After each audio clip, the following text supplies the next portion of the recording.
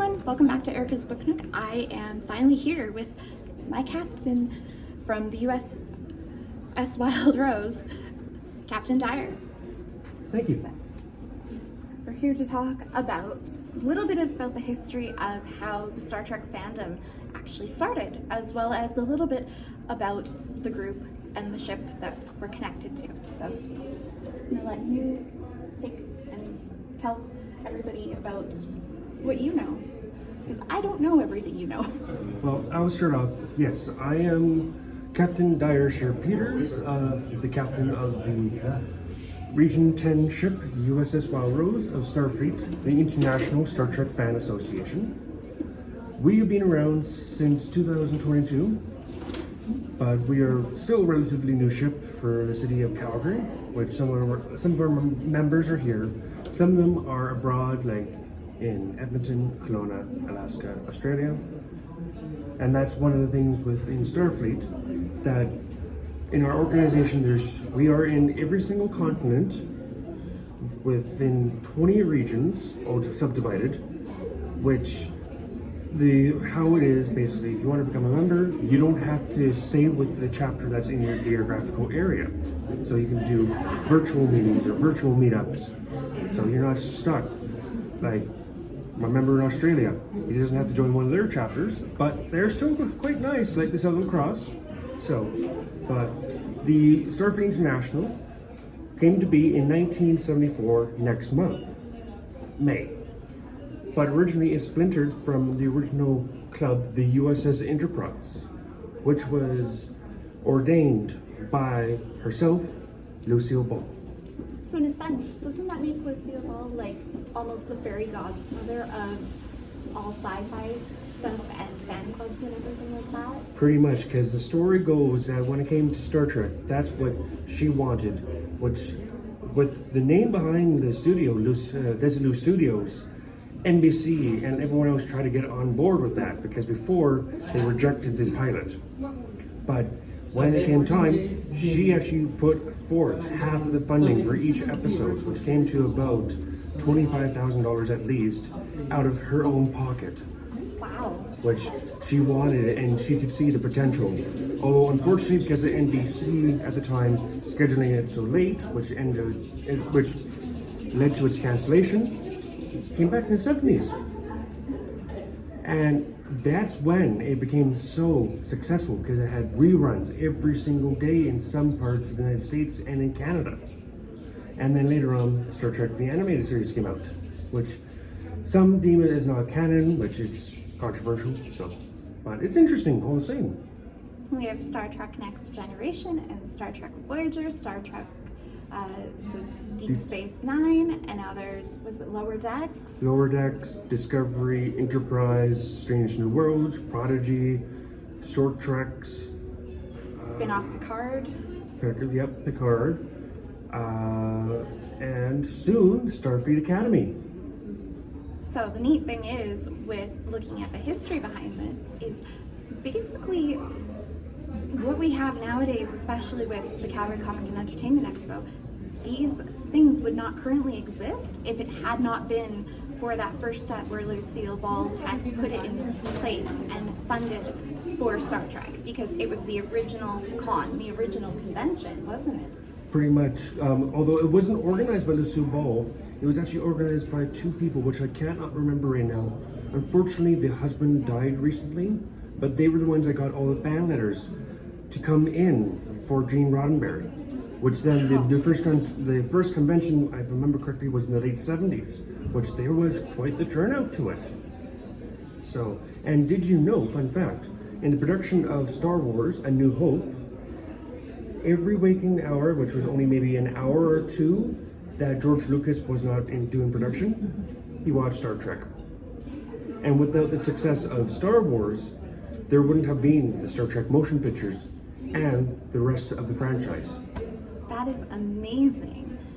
So fandoms are definitely connected. Star Wars is one of my personal favorite fandoms, and then the Ghostbusters, and then I have a few other ones just because I love reading books. But Star Trek is my ultimate, and my personal favorite, as you know, is Next Generation. just because that's kind of where I fall into place. Plus, I absolutely love the Next Generation cast. They've been here to the Calgary Comic and Entertainment Expo a few different times. The gentleman himself, Jonathan Frakes, was here last Expo, so 2023, and I got to meet him again for the second time, and he was such a super nice gentleman to meet. I had my son with me at the time, and he was so nice. So it was really exciting to get to meet other people as well as other actors. How many of them have you met, out of curiosity? Honestly, although this is only my 4th expo in a row, for Calgary at least, which last year I only met, it was Jonathan Frakes and Todd Stashwick, both great guys, and one of my past crew members, unfortunately embarrassed Jonathan right in front of him while he was dealing with guests. But it was funny, because Todd was laughing about it. What happened? He said that at least Captain Shaw got to be the captain on his own, unlike Riker. Oh no. Well, I kind of will admit that I kind of also, he didn't know I had made a comment, as there's a gentleman named Tom Jackson who is from Calgary, and in one episode he was the Traveler, and it was a specific episode where they landed on a planet which was colonized by indigenous settlers. Yes, that's right.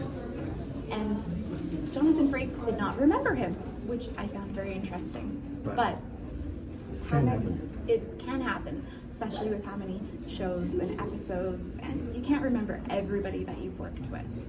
I mean, out of all of them, Jonathan Frakes he's been on the Next Generation, of course. He was on Deep Space Nine as William Riker. In Voyager, his cube brought him in for an episode, and then he appeared on the finale.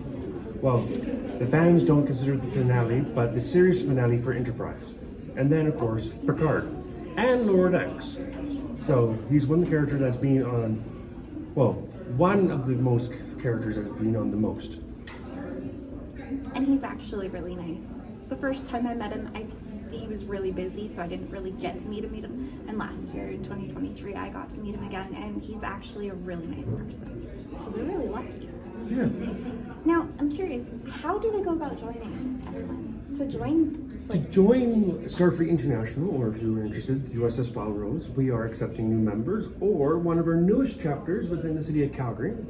It is the U.S.S Vimy Ridge, named after the historic landmark in Vimy, France, which is actually, fun fact, monitored by Parks Canada.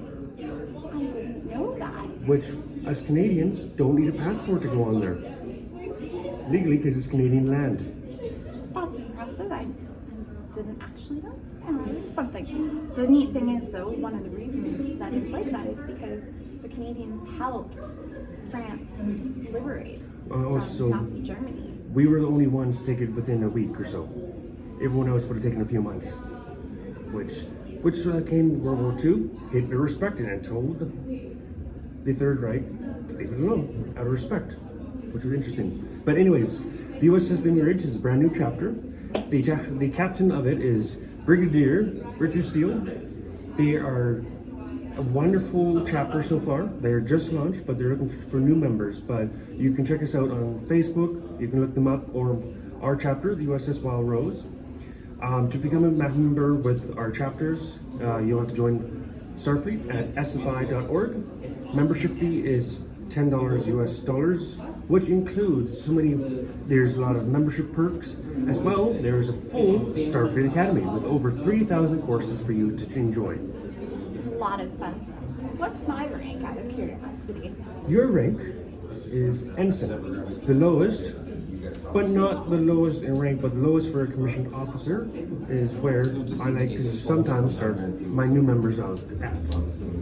But in time, I will see you as a commander. And as ship's historian, that also does help, because it means that on the ship, I can be one of the people to advise of different histories of different cultures and be able to help mediate some of those sort of communications, whether it be with the Ferengi or with the Borg. Or the Klingons or the Gorn. Exactly. So it's a lot of fun. I definitely recommend you look into joining, even just looking up what it does and getting to rewatch every episode of Star Trek, whatever's come out, because it's awesome.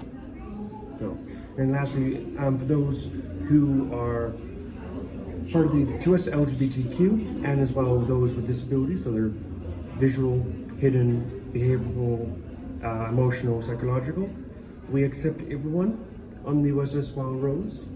Everyone has something to offer, and we gladly want to make them shine.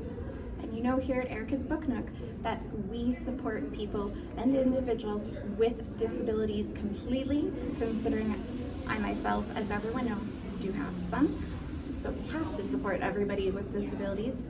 And everyone also, even though you have a disability, it's not really a disability, it's more of a different ability. Exactly. And that's the great thing about this.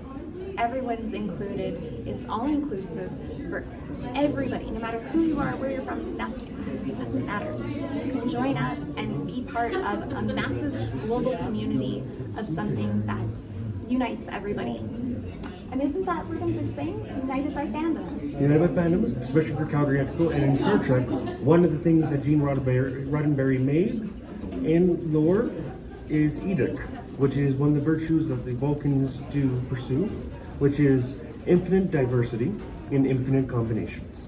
And that's exactly what we want to promote here, between that and the wonderful history of the world and Calgary. Thank you so much, Captain. I really appreciate You're welcome. the time. And Cinema Cool. And all the links will be down below. Thanks.